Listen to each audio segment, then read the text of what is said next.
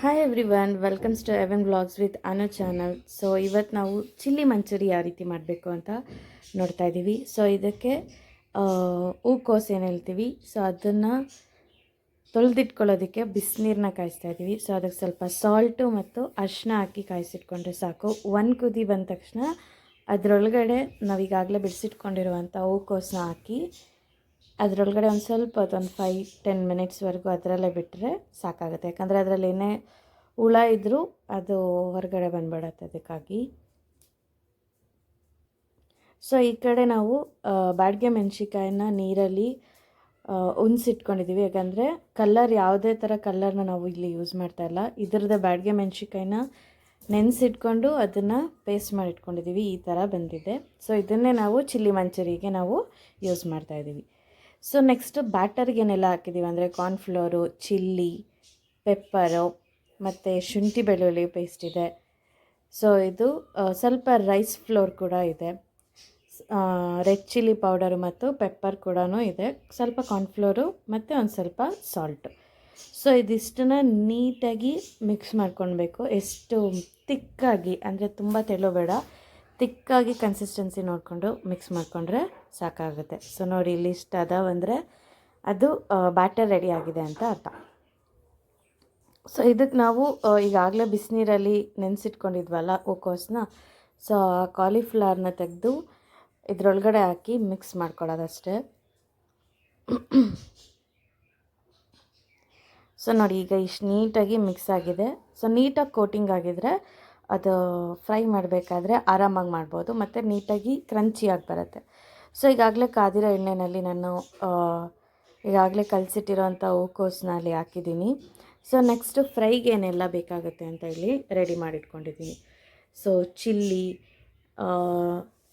Chilli ಇದೆ, ಮತ್ತು ಶುಂಠಿ ಬೆಳ್ಳುಳ್ಳಿ ಇದೆ, ಕ್ಯಾಪ್ಸಿಕಮ್ ಇದೆ, ಮತ್ತು ಆನಿಯನ್ ಇದೆ. ಈಗಾಗಲೇ ರುಬ್ಬಿಟ್ಟಿರುವಂಥ ಪೇಸ್ಟ್ ಕೂಡ ಇದೆ, red paste. So colour use ಮಾಡ್ತಾಯಿಲ್ಲ. ಸೊ ಇದರಲ್ಲಿ ಏನೆಲ್ಲ ಇದೆ ಅಂತ ಅಂದರೆ ಸಾಸಸ್ಗಳು, ಸೋಯಾ ಸಾಸು, ಕಾರ್ನ್ಫ್ಲೋರು ಮತ್ತು ಚಿಲ್ಲಿ ಸಾಸು, ಸ್ವಲ್ಪ ಸಾಲ್ಟು, ಸ್ವಲ್ಪ ಪೆಪ್ಪರು, ಇದಿಷ್ಟನ್ನು ಕೂಡ ಒಂದರಲ್ಲಿ ಮಿಕ್ಸ್ ಮಾಡಿಟ್ಕೊಂಡಿದ್ದೀವಿ. ಪದೇ ಪದೇ ಅಲ್ಲಿ ಹಾಕುವಂಥ ನೆಸೆಸಿಟಿ ಇರಲ್ಲ. ಟ್ರೈ ಮಾಡಿ ನೋಡಿ, ಮನೇಲಿ ಚೆನ್ನಾಗಿ ಬರುತ್ತೆ.